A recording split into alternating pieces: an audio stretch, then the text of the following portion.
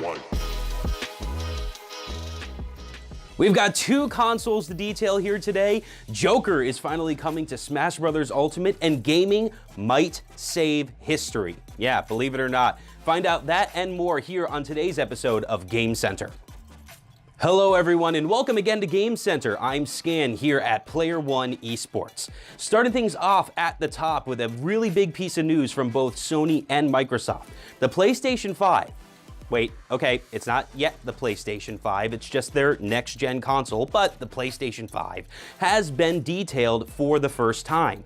We know that the console is going to be capable of 8K content. Do you know anyone who owns an 8K TV? Because I don't. It's capable of 8K, it's capable of ray tracing, so things that are really reflective and such are going to look really cool, and it has a custom AMD internal GPU. So there's a lot going for this console right now. It's going to be the first console ever capable of ray tracing, but we do know it's not coming out in 2019. Thank you for that, because that's going to save my wallet personally. Also, on the Microsoft side of things, Microsoft is ditching the disk drive officially. This was rumored earlier this year, but it's now official that coming out very soon is the Xbox One Digital Edition.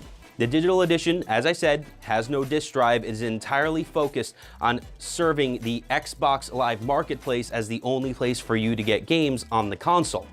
It also only costs $250. That's $50 less than the Nintendo Switch. So this is a good effort by Microsoft to try to punch themselves back into the current console war before the next generation of consoles finally comes out, which, thanks to Sony, seems like that might be right around the corner. Smash Bros. Ultimate 3.0 is finally upon us after months of teases. We have a ton of stuff coming into this update. We have a level editor, we have a video editor, we have the official Smash Bros. App, which guess what? Those videos that you edit, they're gonna end up on the Smash Bros. App. So if you have something that you want to share with the world, you're gonna have a one-stop location for everyone to see what you want to share, whether it's the levels, the videos, your top plays, whatever it's gonna be. But most importantly, Joker from Persona 5 is finally going to be added to Smash Bros. Ultimate. Reactions on social media to this character, though, have been mixed. Everyone's excited, don't get me wrong. He looks like a very, very cool character. But in the almost tradition now of Smash Bros. DLC characters, some people are afraid that he is going to be very overpowered. His toolkit is incredibly robust. He has amazing recovery, he has very good projectiles, and it looks like he has some very good up-close gameplay as well, considering he almost looks like a Dante swordsman hybrid thing. I don't even know how to explain it off the top of my head, because there's so much going for this character, whether it's him summoning his persona and all the abilities that gives to him. The gunplay is going to be so good at range. He looks like a very, very strong character. Just take one look at Twitter feeds about the character Joker, and you're going to see some people are a bit fearful that he may immediately take over the meta of the game. Earlier this week, we all had to watch in really essentially worldwide horror as Notre Dame caught aflame in Paris. The entire internal wooden structure of the ancient cathedral was entirely destroyed, and rebuilding efforts are going to take years and years in order to finish. Now, we do already have over $700 million donated from many, many influential Frenchmen to start the rebuilding process of the cathedral, but one thing may be used to help the restoration process in an unexpected way. 2014's Assassin's Creed Unity was set in French Revolution era Paris, and one of the showcase areas in that game is Notre Dame. In fact, the recreation of Notre Dame in the game is one of the most detailed ever created. It is recreated down to every single brick of the cathedral, how it existed at that time. In fact, it's estimated that about 5 years of research went into just rebuilding this 3D model for the game.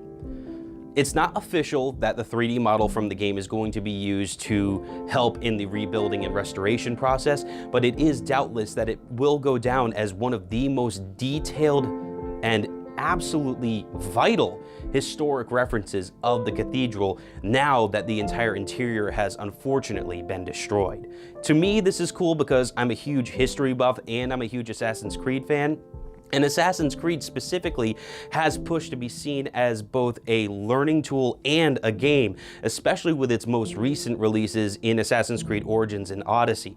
So to see it going back to a game from 2014, which may end up being absolutely vital for the future of Notre Dame, as terrible as a situation this is, I can't help but find it kind of cool that the research that went into this game may end up saving and preserving an absolutely vital piece of world history.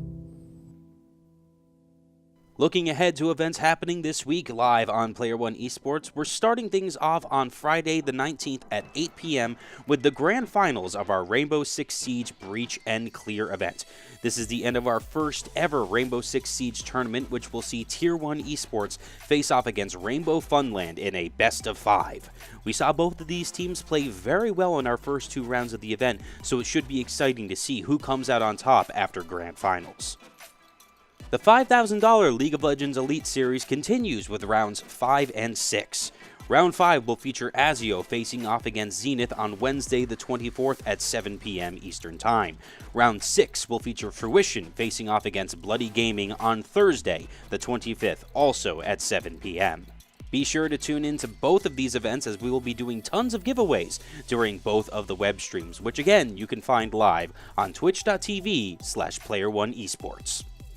That's going to wrap things up for this week's episode of Game Center. If you want to know more about what's going on here at Player One Esports so far as tournaments and future events are concerned, you can find everything on PlayerOneEsports.com. But for Game Center and Player One Esports, I've been Scan. Thank you guys very much for watching. Game on, everybody.